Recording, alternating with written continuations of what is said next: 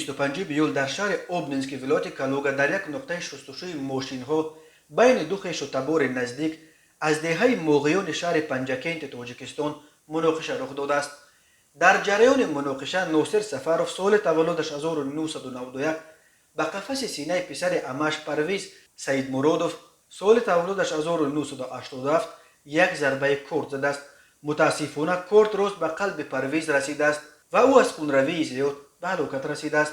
ناصر سفروف عاقبت کار کردهاش را دیده از جای حادثه رو به فرار آورده است. پلیس او را حالا همچون گمانبر قتل عمه بچه‌اش تحت کوفتکوف رسمی قرار داده است. به کجا غیب زدن او را فعلا کسی از جمله همدیگانش که نیز در اوبنینسک کار میکنند نمیدانند. به گفته شاهدان صاحب کارخانه‌ای که ناصر سفروف و پرویز سید مرادوف در آن کار میکردند از قضا ماشین گزیلش را که باید به ناصر میداد به پسر عمه او پرویز داده است. این به ناصر علم کرده است و او تو مرا در نزد شیف گنده کردی گفته به پرویز حمله کرده است. حمله فرجامش خونینه که زندگی دو جوان تاجیک را به هم زد. پرویز را از زندگی محروم کرد و قاتل او ناصر را در حال فرار قرار داد. حالا مهاجران تاجیک در اوبنینسک با رهبری الهام برهانوف پول جمع کرده ایستادند تا جنازه پرویز را برای گور و چوب به وطن بفرستند.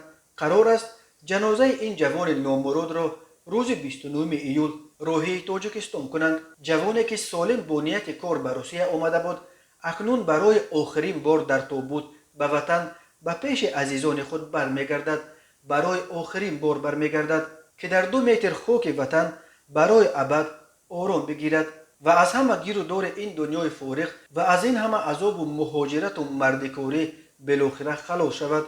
هر سال در روسیه بنا به حساب‌ها بیش از 1000 نفر از مهاجران تاجیک به علت‌های گوناگون ترک دنیا می‌کنند.